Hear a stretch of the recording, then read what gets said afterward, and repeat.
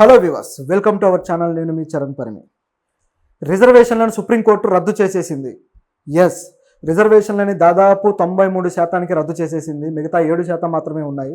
Supreme court ఈ నిర్ణయం ఎందుకు తీసుకుంది, ఎక్కడ తీసుకుంది, ఏంటి అనేది మనం ఇప్పుడు చూద్దాం. నిజానికి రిజర్వేషన్లు అంటేనే ఇది పెద్ద సమస్యగా మారింది చాలా దేశాల్లో. అంటే రిజర్వేషన్ కొన్ని దేశాల్లో, ఇప్పుడు మనలాంటి దేశాల్లో పరిస్థితి ఏంటంటే మనకి కుల వివక్ష కావచ్చు, ఇలాంటి కొన్ని విషయాల్ని ఖండించడం కోసం, సామాజికంగా అన్ని వర్గాలు ఒక స్థాయిలో లేవు కాబట్టి వీటిని బ్యాలెన్స్ చేయడం కోసం తీసుకువచ్చింది. సో ఆ వివక్షను ఎదుర్కోవడానికి అధికారులుగా కొన్ని వర్గాలు మారాల్సిన అవసరం ఉంది అని భావించి తీసుకొచ్చారు రాజ్యాంగ నిర్మాతలు కావచ్చు. ఇదంతా అయితే రాను రాను వీటి అమలు విషయంలో కావచ్చు కొంత తప్పుదారులు తొక్కుతూ కొంత వివక్ష ఎదుర్కొంటూ వెళ్ళిపోయింది. అయితే ఇప్పటికీ కూడా రిజర్వేషన్ లేకపోతే అనేక సెక్టార్స్లో ఇక కొన్ని వర్గాలు అలాగే కుంటుపడిపోయే పరిస్థితి కూడా ఉంది. ముఖ్యంగా రాజకీయాల్లో రిజర్వ్డ్ సీట్లు తప్ప జనరల్ సీట్లలో గిరిజనులు కానీ మిగతా ఎస్సీలు కానీ వచ్చే పరిస్థితులు లేవు.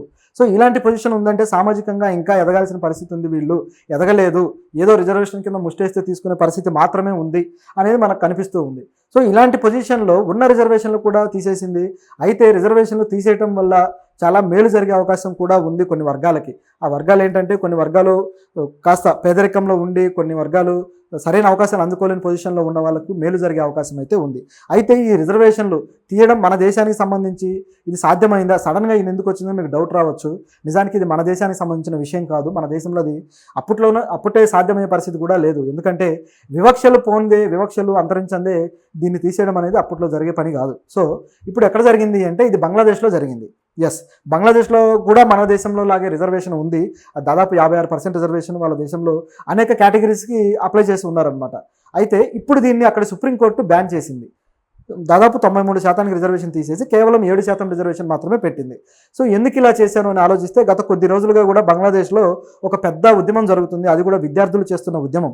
దీనికి ఒక పొలిటికల్ లీడర్ లేడు, పొలిటికల్ సిస్టమ్ లేదు, ఏం లేదు. కానీ విద్యార్థులు మాత్రమే యూనివర్సిటీల నుంచి బయటకు వచ్చి ఉద్యమాలు చేస్తున్నారు.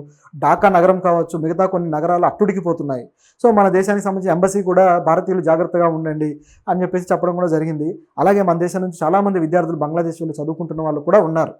ఎస్, ఇలా చాలామంది ఉన్నారు. అయితే ఈ పరిస్థితుల్లో బంగ్లాదేశ్ విద్యార్థులు ఇట్లా ఉద్యమం చేయడము కొద్ది రోజుల నుంచి జరగడము, అయితే ఈ రిజర్వేషన్ తీసేయాలని చెప్పేసి పోరాడుతున్నారు. ఏ రిజర్వేషన్ గురించి పోరాడుతున్నారంటే వాళ్ళు సైనికులకు సంబంధించిన రిజర్వేషన్లు. గతంలో బంగ్లాదేశ్ విమోచనోద్యమం ఏదైతే ఉందో, లిబరేషన్ వార్, ఆ వార్లో పాల్గొన్న సైనికులు ఉన్నారు కదా, ఆ సైనికుల కుటుంబాల పిల్లలకి వాళ్ళు రిజర్వేషన్ ఇవ్వడం జరిగింది. ఈ రిజర్వేషన్ని తీసేయాలి అని చెప్పేసి కొద్ది రోజుల నుంచి కూడా బంగ్లాదేశ్ యువత పోరాడుతూ వస్తున్నారు. ఎందుకంటే అది 71లో అది అయిపోయింది. తర్వాత బంగ్లాదేశ్ స్వాతంత్రం తెచ్చుకోవడం జరిగింది. సో ఇదంతా ఒక చరిత్ర. అయితే వాళ్ళకి ఇవ్వడంతో వీళ్ళు అవకాశాలు కోల్పోతున్నారంటూ భావించారనమాట. దాంతో అడిగారు. అయితే బంగ్లాదేశ్ ప్రధాని షేక్ హసీనా మాత్రం ఆవిడ ఒప్పుకోలేదు, ఖచ్చితంగా ఉండి తీరాల్సిందే అని పట్టుబట్టారు. అయితే ఇది బాగా ముదిరి దాదాపు 130 మంది చనిపోయారు. సో ఇంతమంది చనిపోవడంతో పోలీసులు ఎక్కడికక్కడ 144 సెక్షన్లు పెట్టడం, కాస్త అరాచకం నెలకొంది.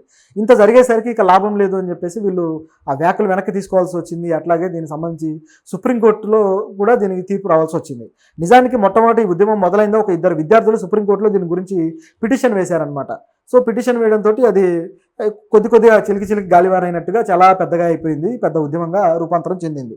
అయితే ఇప్పుడు వీళ్ళకి విద్యార్థులకు కూడా ప్రతిపక్ష పార్టీ కూడా సపోర్ట్ ఉంది, బంగ్లాదేశ్ ప్రతిపక్ష పార్టీ. సో దాంతో వీళ్ళు గట్టిగా పోరాడగలిగారు. మొత్తానికి ఇది వెనక్కి తీసుకున్నారు. ఇంకా మిగిలింది ఏంటంటే ఆ 7% రిజర్వేషన్లు ఎవరైతే ఉన్నాయో వాళ్ళు దివ్యాంగులు, అట్లాగే కొంత మహిళల రిజర్వేషన్లు, అవి ఇవి కొన్ని కలిపి 7% రిజర్వేషన్లు ఉన్నాయి.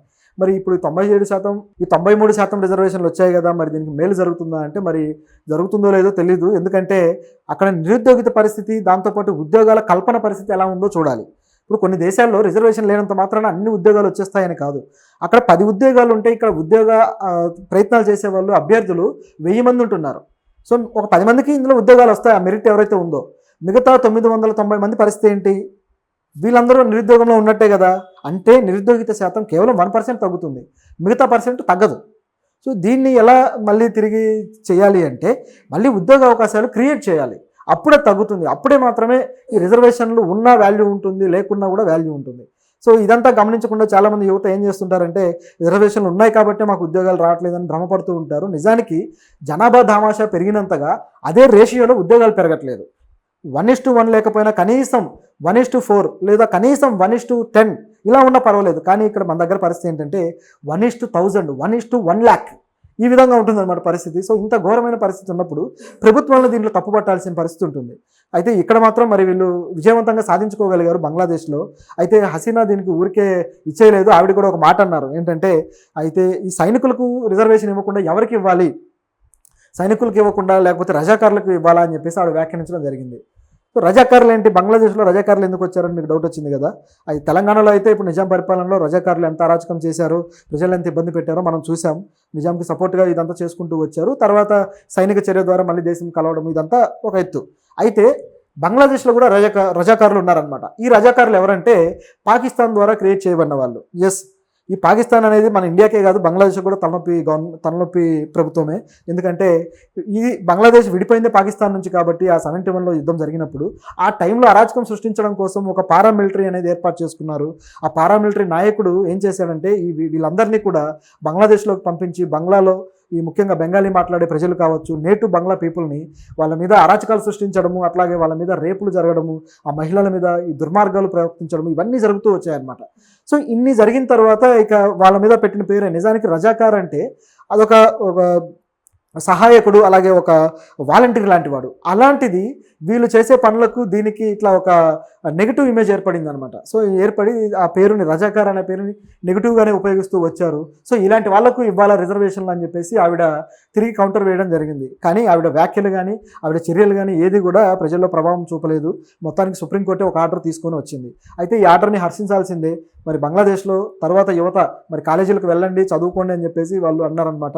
మరి కాలేజీకి వెళ్ళి చదువుకుంటారా మరి లేకపోతే ఏంటి, ఈ ఉద్యమం కొనసాగుతుందా చూడాలి. ఇంతకంటే చేసేది కూడా ఏం లేదు. ఎందుకంటే సుప్రీంకోర్టు 93% ఇచ్చిన తర్వాత ఇంకా ఏమి ఇవ్వాలి, దాదాపు 100% ఇచ్చినట్టే. మిగతా దివ్యాంగులకు కూడా అవసరం కదా, మరి వాళ్ళకి అవకాశాలు అందుకోవాలంటే అన్ని సెక్టర్స్లోనూ సాధ్యం కాదు. ముఖ్యంగా పోలీస్ సెక్టర్లో సాధ్యమవుతుందా, అవ్వదు.